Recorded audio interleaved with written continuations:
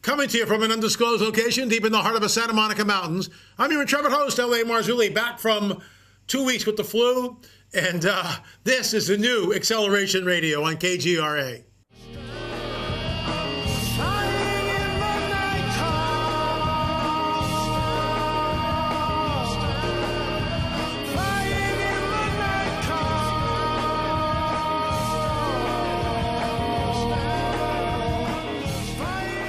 And folks, welcome to Acceleration Radio. I've been out with the flu for 2 weeks.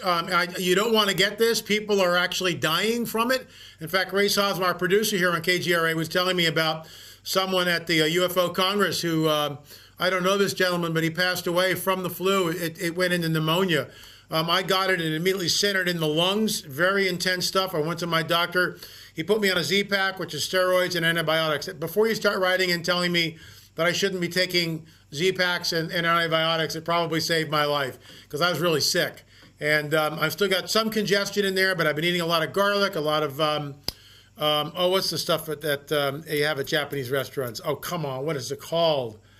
Ginger, a lot of ginger. So I'm on the mat. I'm feeling really good. High energy tonight. UFOs are real. You know, in the intro with the music and stuff, you hear, you know, UFOs are real, burgeoning, and not going away. Well, guess what? The title of his piece I wrote today on the blog, lamarzulli.wordpress.com, was exactly this. UFOs are real, burgeoning, and not going away. That's my quote.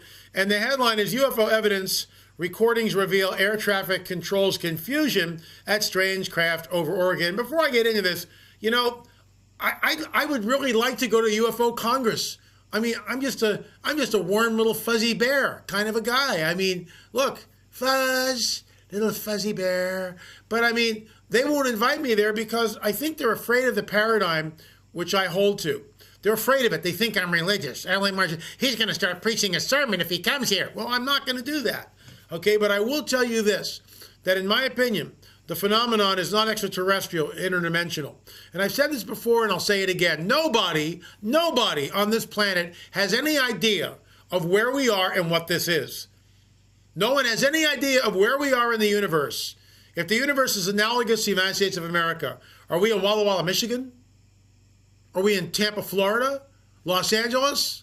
Duluth? Where are we? Nobody knows. Nobody has a flipping clue, and no one has any idea of where it all came from. We're here, and we're in the Matrix, folks.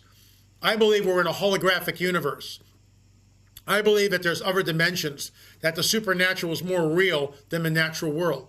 And I think the biblical prophetic narrative states that and talks about entities which come in and interface with human beings. I'm not talking church here. Church can obfuscate this. You know, you sit down and you start reading some of what's in there, in that book, and it is beyond science fiction. Absolutely beyond science fiction, what is written in that book. But most people never crack it open. They think they know it, but they've never read through it. You know, guys are walking on water, two gold coins coming out of the mouths of fish. I mean, Jesus breaks the bread and feeds 5,000. I mean, can you imagine if you're there? What if you're one of the 12 lepers of the lepers that come to him and cry out from a distance, "Have mercy on us, son of David." And he says, "Go your way, you're healed." And they're healed at the subatomic level. How does that work? Because leprosy was a death sentence in the ancient world. There was no cure. There's no cure for it today, as far as I know. But there's definitely no cure for it 2,000 years ago. You got leprosy. That was it. It was a death sentence. And he speaks it out, and these people are healed. So, you know, what is wrong with talking about supernatural entities which are interfacing with us? What's wrong with that?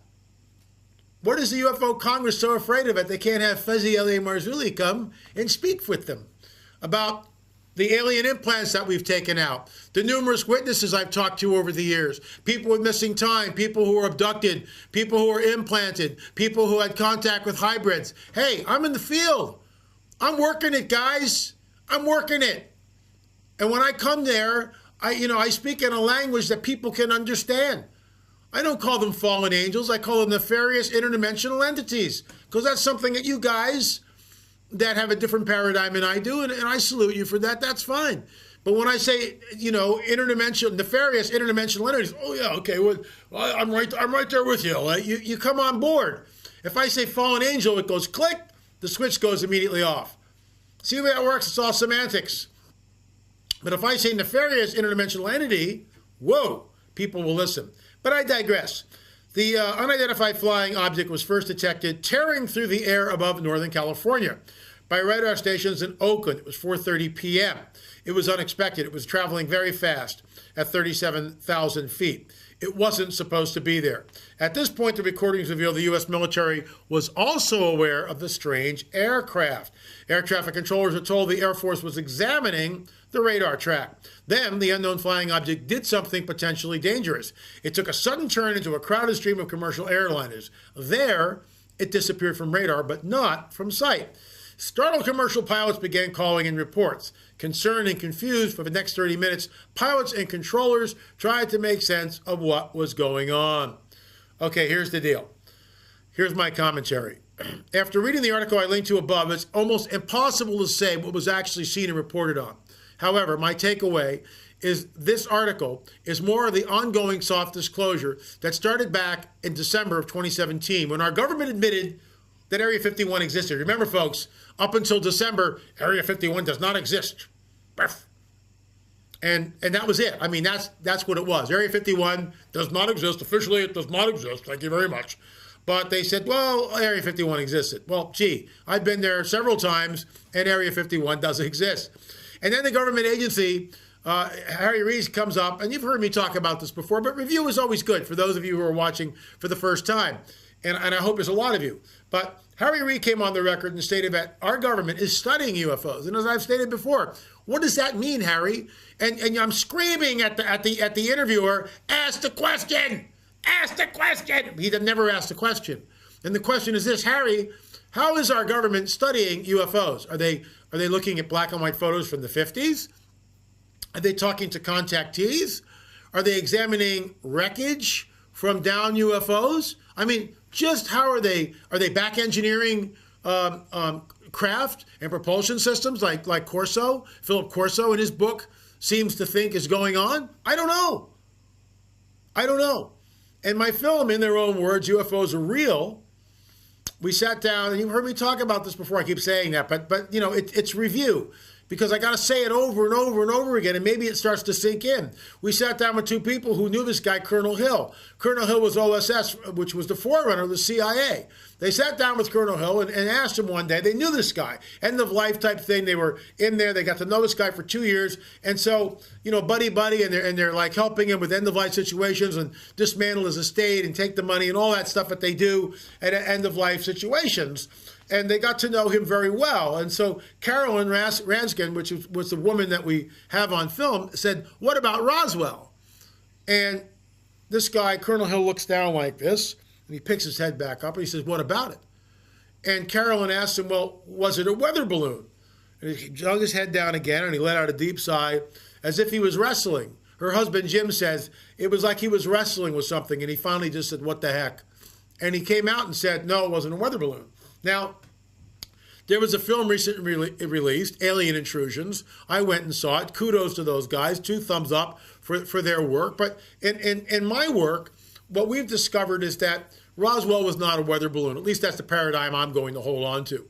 I interviewed Dr. Jesse Marcel Jr. when he was still alive. He actually handled the records. That's about as close as you can get to it. Colonel Hill's the second witness that we have, who came on the record posthumously through Carolyn, who basically interviewed him, and stated that he was flown to Roswell, New Mexico within 48 hours of the crash, and he looked at the wreckage. It was not of this world. It was not a weather balloon, which was all packed up. That wreckage was packed up and sent to Wright-Patterson Field in Ohio. Surprise, surprise, surprise. We've known about that for decades. So I'm going somewhere with this. Hang with me for a second. So Hill said that he tried to make contact with one of the bodies, alien bodies, which was still alive. Was injured, but it was still alive. He wasn't successful. This thing had 6 fingers. Large head, large eyes, 6 fingers. So, you know, is he making this up? Is this a canard? A cleverly constructed story just to, you know, throw everybody off?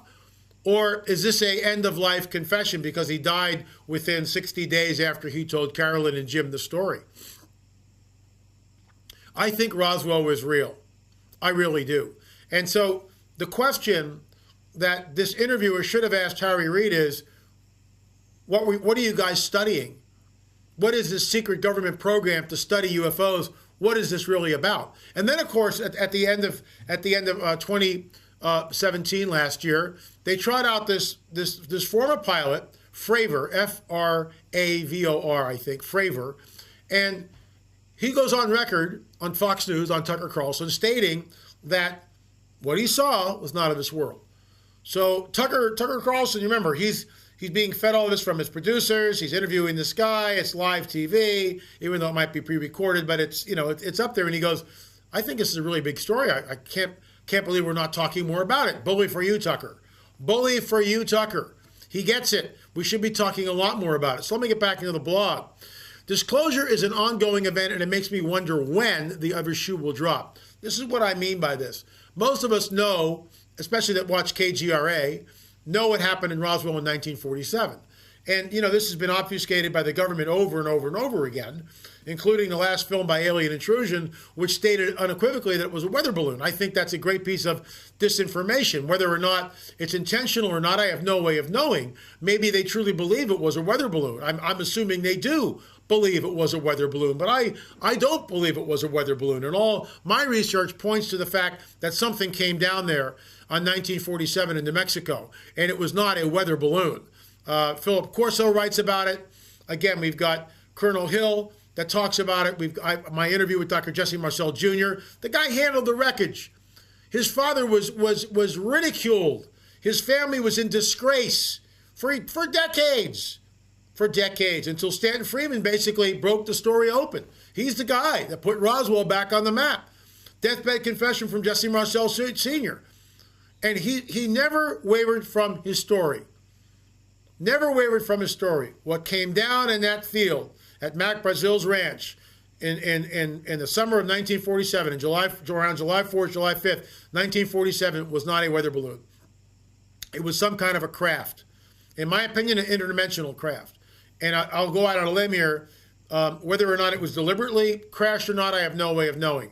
There was a high-powered electrical storm going out, and we know that can wreak havoc with some of these ships, according to what I've been told. So, look, what I'm wondering is the other shoe. And I'll go off script here because it's all in here and in here, okay? I'll go off script from the blog. But what I'm wondering is, when does the other shoe drop? Will it drop sometime this year? What I mean by that, we've had soft disclosure being rolled out. I mean, what I just read to you was on the Fox News channel. It was a story on Fox. So they keep running with these stories over and over again. About every 2 to 3 weeks, they trot out something else. So they keep the public aware of it, but most people are basically ambivalent towards it and really don't care. It doesn't affect their daily lives. So it's like, well, what does this have to do with me? Lower my taxes. You know, give me more money. Let me keep more of my own money, which is what the Republican tax cut is doing. And people are waking up that this is actually a really good thing, despite what Nancy Pelosi says. Crumbs, are you aware that Pelosi is worth over $100 million? She's worth over $100 million. How dare she say that the Republican tax cut is crumbs? Man, I'll take all the crumbs I can get. Are you kidding me? So, you know, the bottom line here is I'm waiting for the other shoe to drop. Will it be black and white or even color footage, movie footage from 1947 Roswell crash? Can you imagine that?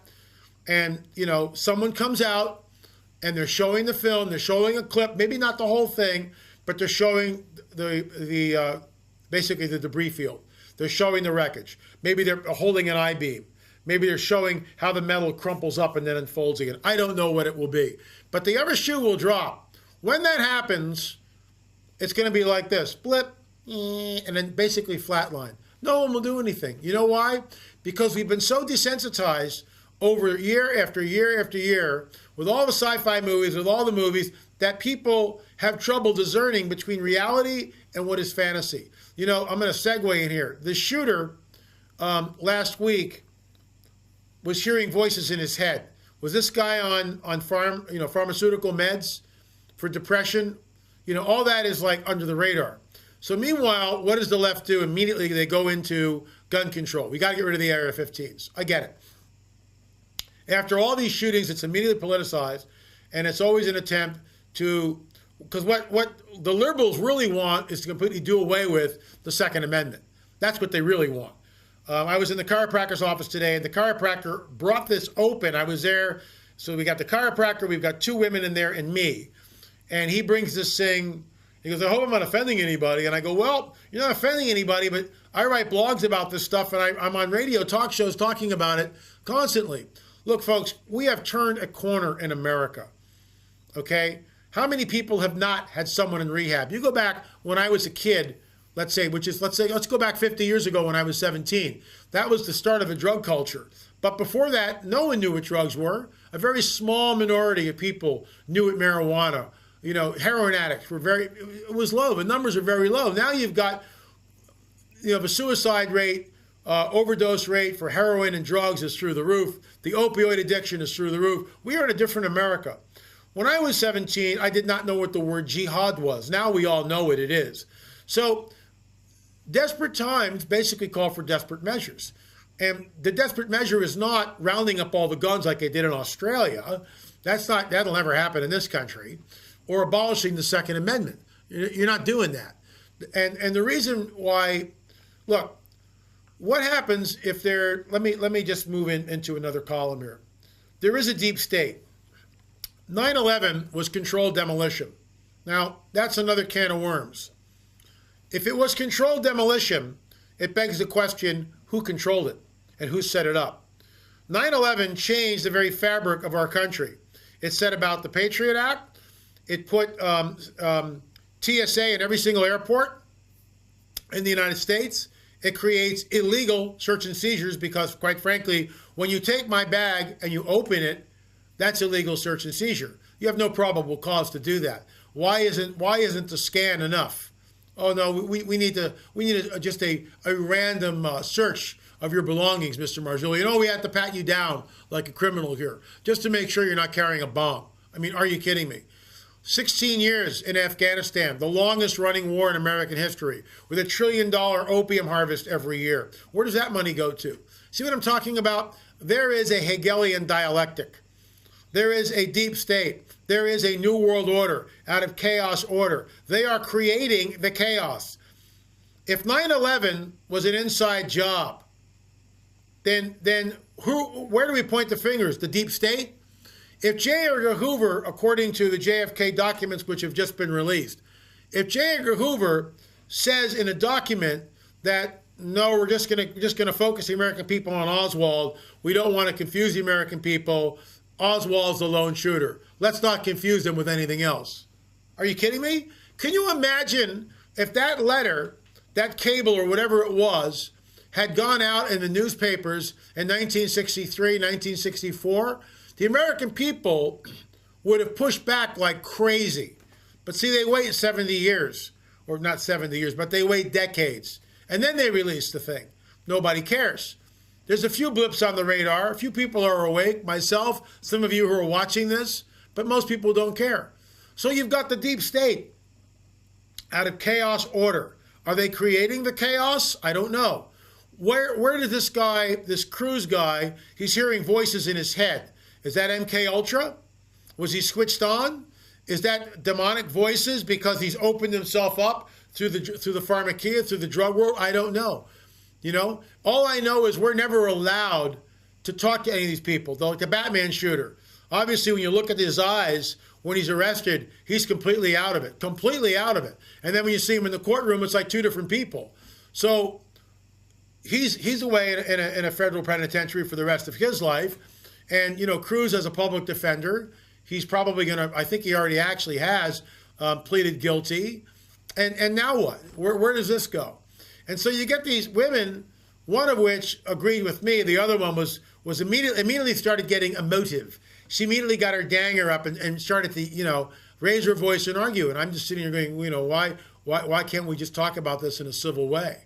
The bottom line is all the legislation in the world, all the legislation in the world would not have changed what happened in Florida. Because if you ban AR-15s, then the next weapon of choice is what? A Glock handgun? Like the VTech shooter did? What was the body count there? Or what about a pump shotgun? So he goes out and gets 2 shotguns, right? Just think about this. Think about this. A Mossberg shotgun can hold 7 in the magazine and 1 in the chamber. So that's 8 blasts. And you know what you do? You put double-aught shot in that thing. So every shot that you fire with the shotgun, maybe you're killing 2 or 3 people.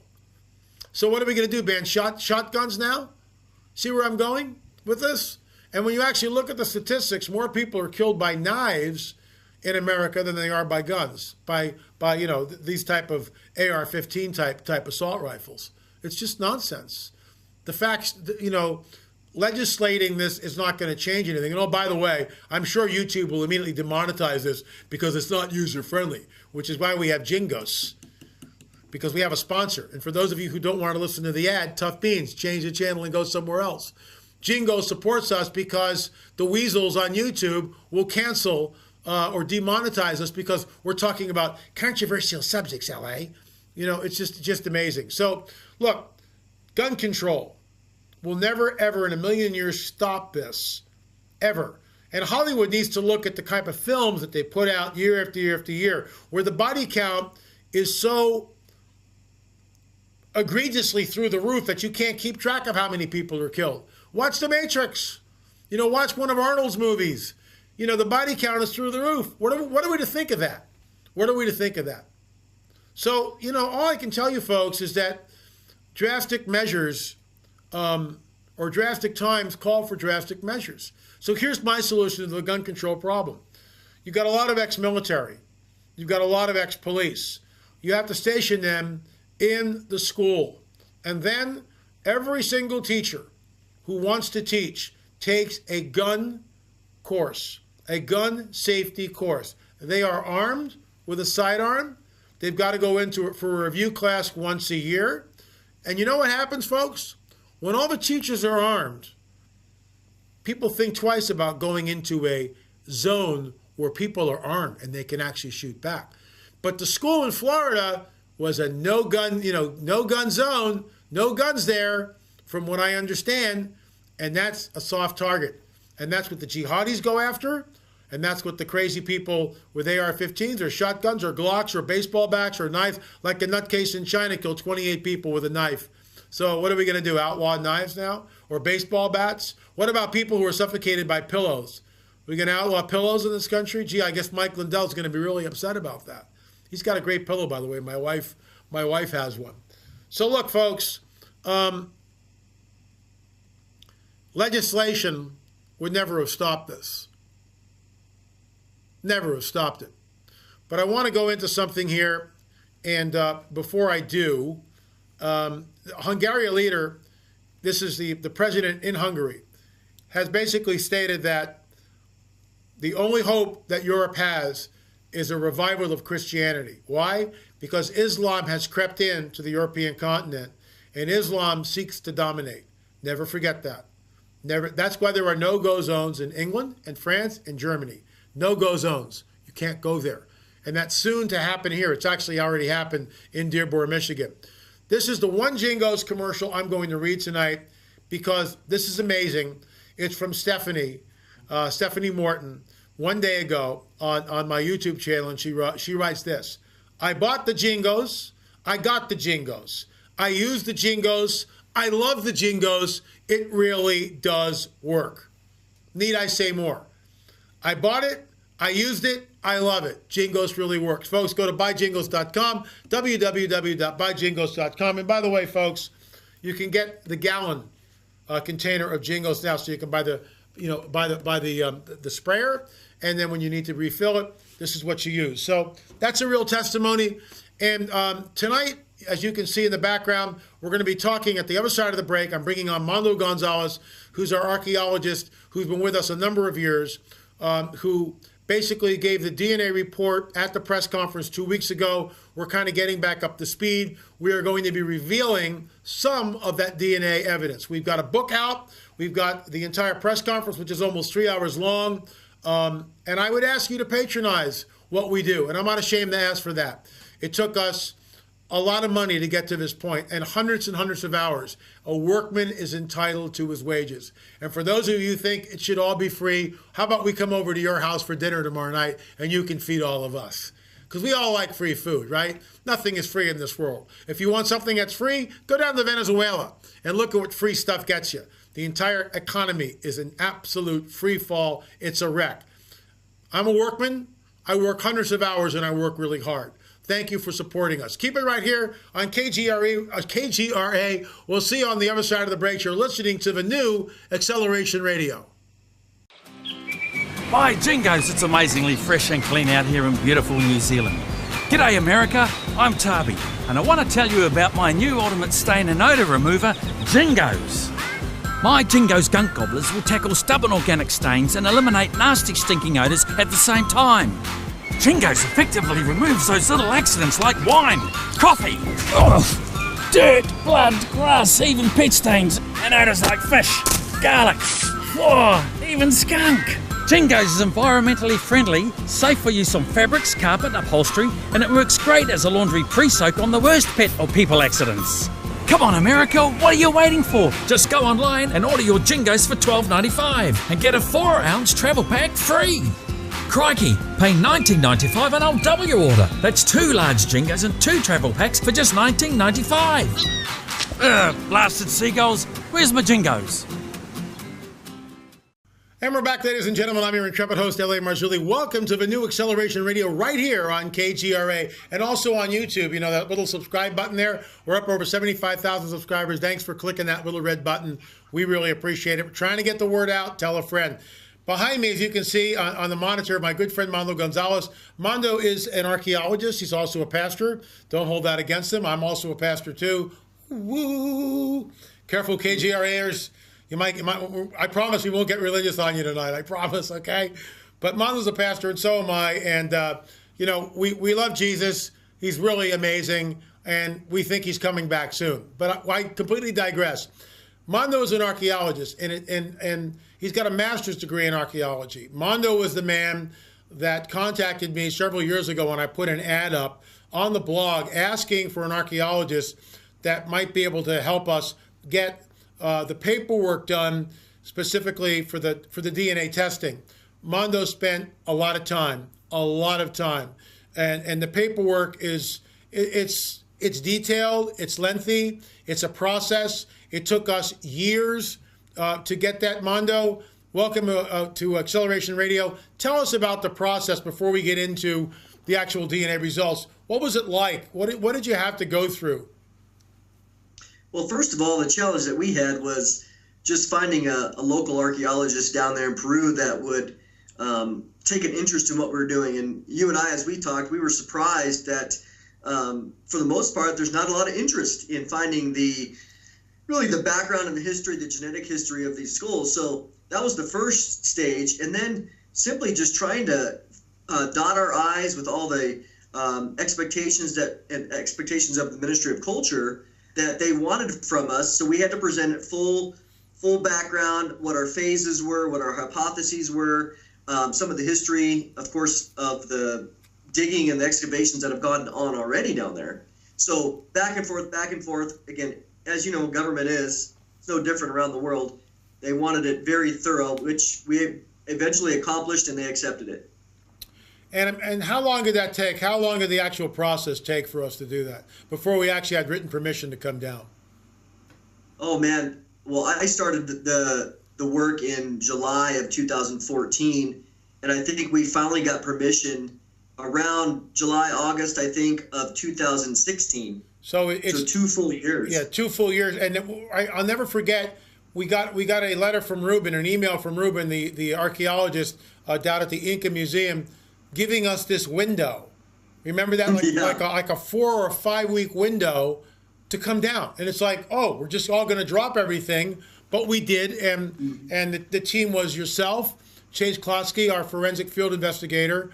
And she was amazing, absolutely amazing. And then film director Richard Shaw, who documented everything on film, did a really thorough job. So without Chase, and let's start with Chase, because Chase is absolutely amazing. And it was just the 4 of us. There was no one else involved in the DNA extraction. Now, with all due respect to Brian Forrester, Brian was instrumental on keeping that channel open with Ruben and us. And he would travel to Inca and did it numerous times and kept that channel open. But it was the 4 of us who actually met Ruben, finally went there, And, we landed in Lima. We drove to Paracas. We stayed in Paracas. And then at the appointed time, we drove to Ica. When we were there, everything was shut down. The museum was closed for the day. So they bring us into a back room off the museum. And Chase is there with all of her paraphernalia, all of her equipment. And she basically set up a sterile environment. And what I mean by that, you have to see it on film. And there's a film which you can watch on YouTube and see some of this for free.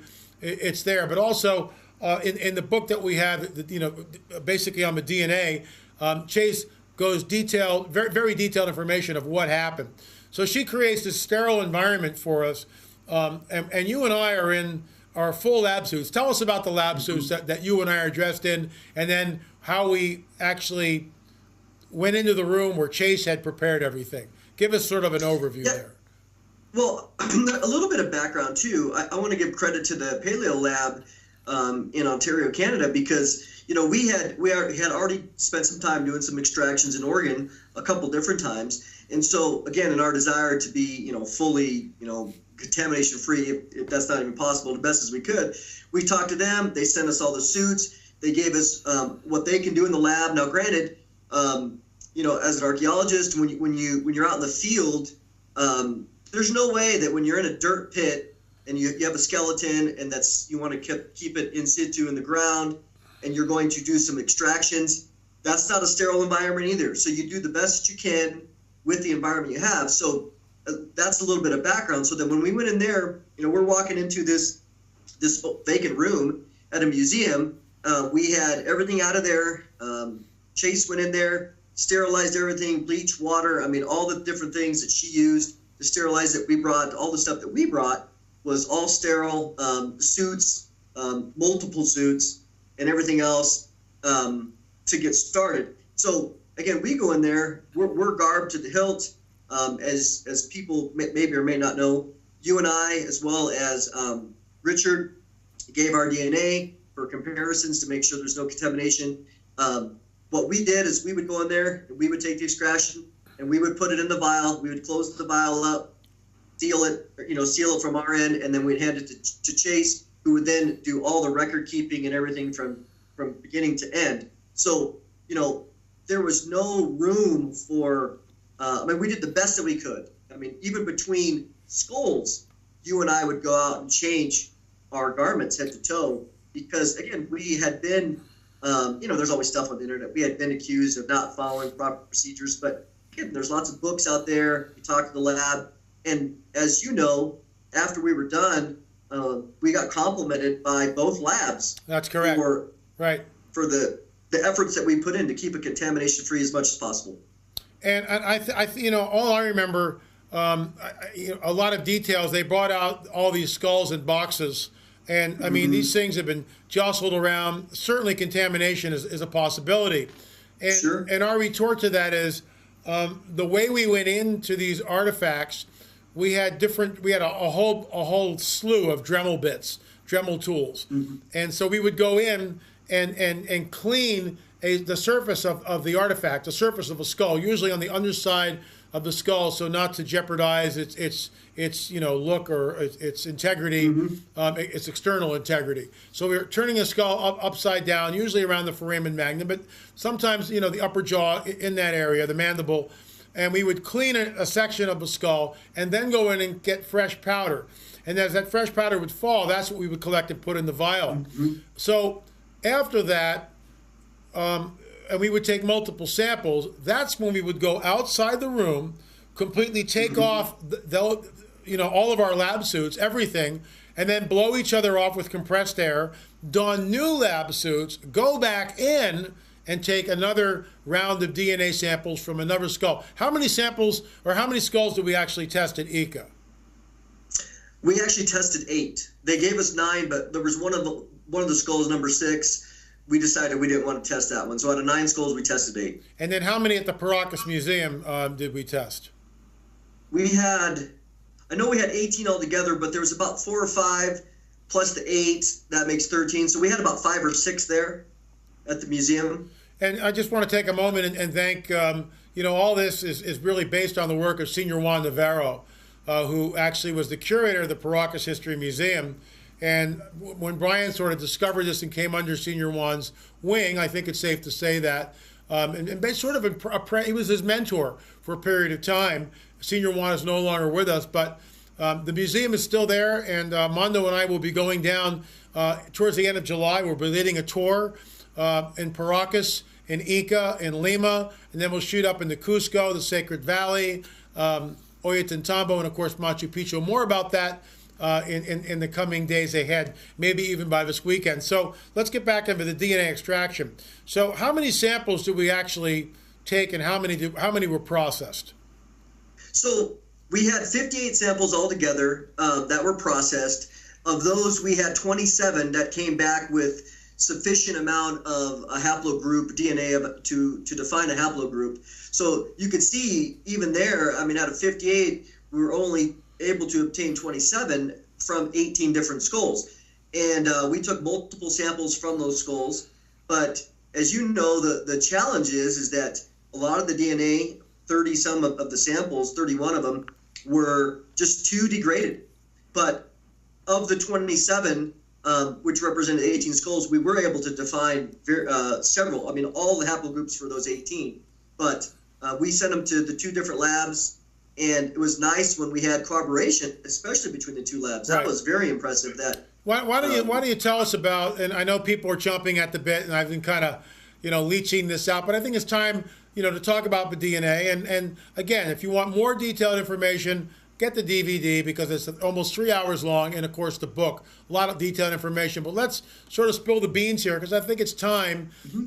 People are always saying, why aren't you releasing this information? Well, I've been sick for 2 weeks. This is the first time I've really been able to release it. By the way, Monday, I will be on Coast to Coast, and I'll also be talking about this in greater detail with George Norrie. But I digress. So Mondo, tell us, the baby skull, which we unwrapped, which we did carbon-14 testing, was about 1,935 years old. And that was tested in 2 different labs, 3 different times. Tell us what the results were there. Well, the results for those, we had a hair sample and a bone sample, and those both came back U2E and U2E1, which are Middle East. And to me, I mean, very clear. We had the carbon dating as well, pre-Columbian times. Amazing result. So when we say, now this is only one skull, and people will immediately point to contamination, but it was tested 3 different times by 2 different labs without any corroboration between them. They came up with the same result, U2E1. And this was a mummy, that had been wrapped up. Basically, we got to unwrap it, and Chase was there, Chase Klotsky, our forensic investigator, and she tagged and bagged everything immediately. So while I'll admit, contamination is always the fallback that, the academics and the scientific community, and our retort to that is, how many samples do we have to do and test before we can at least say that something is going on here and maybe more testing needs to be done, which is what we're saying. We've drawn no conclusions here. Is that a fair statement? Yeah, I mean, we have the results. The data speaks for themselves. How we interpret it, where we go from there, well, that's up in the air, but the facts speak for themselves. So we're not saying these are aliens or these are Nephilim. We're not saying any of that. I want to make that really clear. But what we are saying is it seems that over 2,000 years ago, or certainly in the baby's case, that people migrated from the New World. And this is the claim which people say is sensationalistic, but it really isn't. If that's true, if it's based on the science, it's based on the data that rewrites history. Is that a fair assessment? Yeah, and it's not just one skull. I mean, we have 18 different skulls, and in our report, we have provided all of the results. Again, we're not sifting through, leaving out some that don't fit what our hypotheses are. We're sharing all of it. Because some of the haplogroups came back B1, which is exactly what you would see in Amerindian population. First Nation people. Yep. Yeah, and so that's in the report also. Tell us about the Middle Eastern connection, specifically from the basically T2B, and we had several artifacts, the cinnamon skull and then the Oregon skull. Talk about that and the DNA results there, please. Yeah, absolutely. I mean, I'll kind of just highlight it because I'm looking at it right now. We had 6 samples from the Paracas area specifically, at least from the ones that we handled. And, we have Middle East, we got Europe from 2 different labs confirmed that. We also had a haplogroup K, which again was from the Near East. Wasn't that? Isn't K Druze? Isn't K the Druze people? Yeah, K can be part of the Druze too. Yep. Okay, so that's really interesting. Please continue with the report. So those are the Paracas skulls that show a Middle Eastern connection, and those are pretty consistent. Now, with the organ skull that you and I had done, which was from La Arroya, Peru, at least that's what it said on there. Right. That one came back from T2B, which was specifically Syria or Turkey. So what we're seeing is a lot of the haplogroups coming from the Middle East. But, of course, the Middle East is a central point, as we know, anyway. So you see several of the parent haplogroups, which will branch off from the Middle East, and some of them will go to Africa, some will go to Europe, like H. Others will head into the Black Sea area, and we've seen that too. Like I believe, what was the other one? Like the T2B heads over in that direction. So there was several that came from like West Eurasia, the Black Sea area. That was fascinating. So cinnamon skull came back, T2B, the organ skull. The cinnamon skull, which was given to us. I wasn't there for that one, but we had a tube. And let me just hold that up. That is this artifact right here. This is called the cinnamon skull. This is obviously a model made by Joe Taylor, who just did an incredible job. And you can see how elongated it is. And there are morphological differences in the skull, which we might have time to get into. If not, we'll come back next week and talk about that. But let's continue with the DNA. Yeah, so that one specifically came to J1B1, which was a Eurasia haplogroup. And then when we got into the ecoskulls, when I talked to Ruben, the local archaeologist there for the National Museum, the regional museum anyway, they're all from 2 places, either the Chongos Necropolis area or another place called the Cerrado, Colorado. And both of them were from looted funerary contexts, right. So cemeteries. Right. So we did have some, at least, and they were all drawn by professional archaeologists and then put into the museum. And so Ruben wanted us to check those out and to find haplogroups. And so for those, we had all of those samples from those 8 skulls presented to 2 labs, and a lot of the samples were very degraded. I mean, as you said in the intro, they're sitting in boxes. They're just the level of decay was pretty bad. And this so is let me just jump in here for a second, because we're down to like a 5-minute mark here. Okay. We've drawn no conclusions here. We've just presented the data. This is what the data is saying. So if you want to, you can view the data. We're telling you what it is. Get the DVD, get the book. The data is in the book. We have no conclusions. We've stated this right from the get-go, but it does rewrite history, because if what we should be expecting is all Eurasian, and that's not what we're seeing. So what this means, or you can interpret it as this, that either there was a transatlantic migration or a trans-Pacific migration, or perhaps both. We don't know. That part's conjecture on everybody's part. We just don't know. We can go into Native American First Nation people in the United States, where it talks about 6-fingered red-haired giants, but we didn't go there with this. All we did was present the data. This is what the data states. And the data states not all, but some are Eurasia or Middle East or Europe. So kind of wrap things up here for us. And next week we'll be back on Acceleration Radio again. I'm going to bring Mondo back in. We're going to talk about the morphological differences of the Paracas skull, specifically the work of Rick Woodward, who was our anthropologist. We actually may try to do a 3-way Skype. Dr. Michael Alday, who is a medical doctor who weighed in, just an incredible presentation. And then Dr. Malcolm Warren, who is a chiropractor, who weighs in on all of this. So, the team that we put together, an archaeologist, a anthropologist, a medical doctor, and a chiropractor. I mean, these are all highly educated people that are really basically, top in their field on some level. I mean, it's not like they're world renowned, but they're engaged actively in what they do. And to have all these four guys come on the record and state what they stated at the press conference was just incredible. So take us home. We got about 3 minutes. Okay. Yeah, from the Eco Skulls, kind of wrap it up, we had, again, several of them came back as B4, which is Southeast Asia, very expected for the indigenous population there. We did have a couple others come back as Europe and another one as Eurasia. So to me, when you step back and you just look at the DNA itself, we do have a conclusion in the sense that the DNA speaks for itself.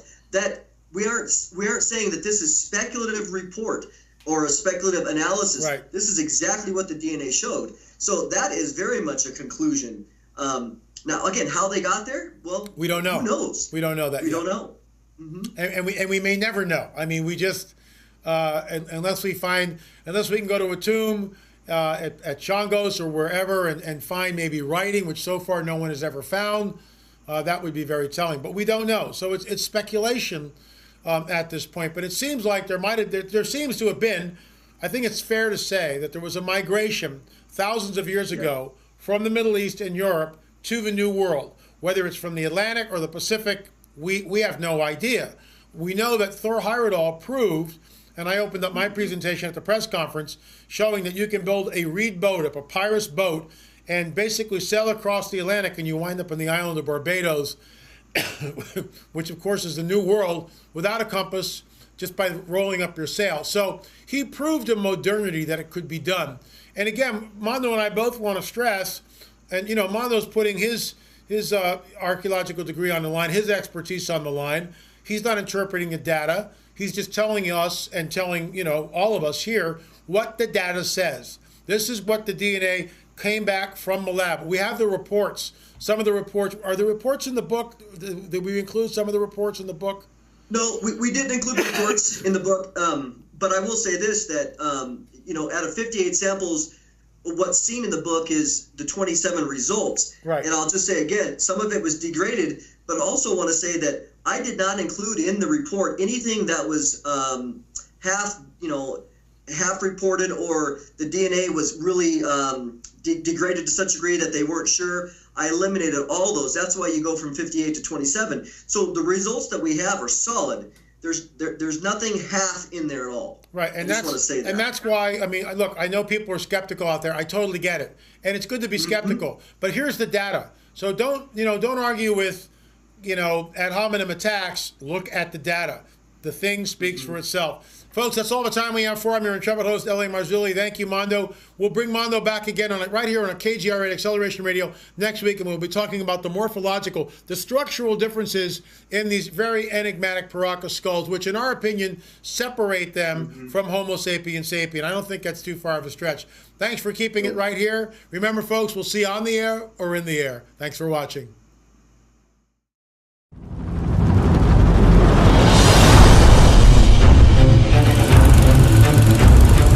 Watchers, a 7-year excursion that takes you on a special kind of adventure. It's about the supernatural, and people flock to it to gain awareness on forbidden subjects like UFOs.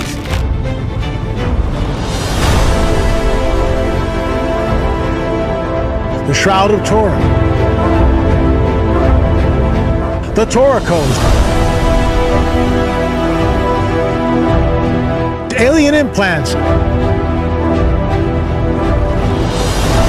the Nephilim giants, and even life after death. All these and more were why people always clamored for the next Watchers. Now, you'll get to see what many think were the best moments in the series. Excerpts of some of the greatest and most powerful true stories.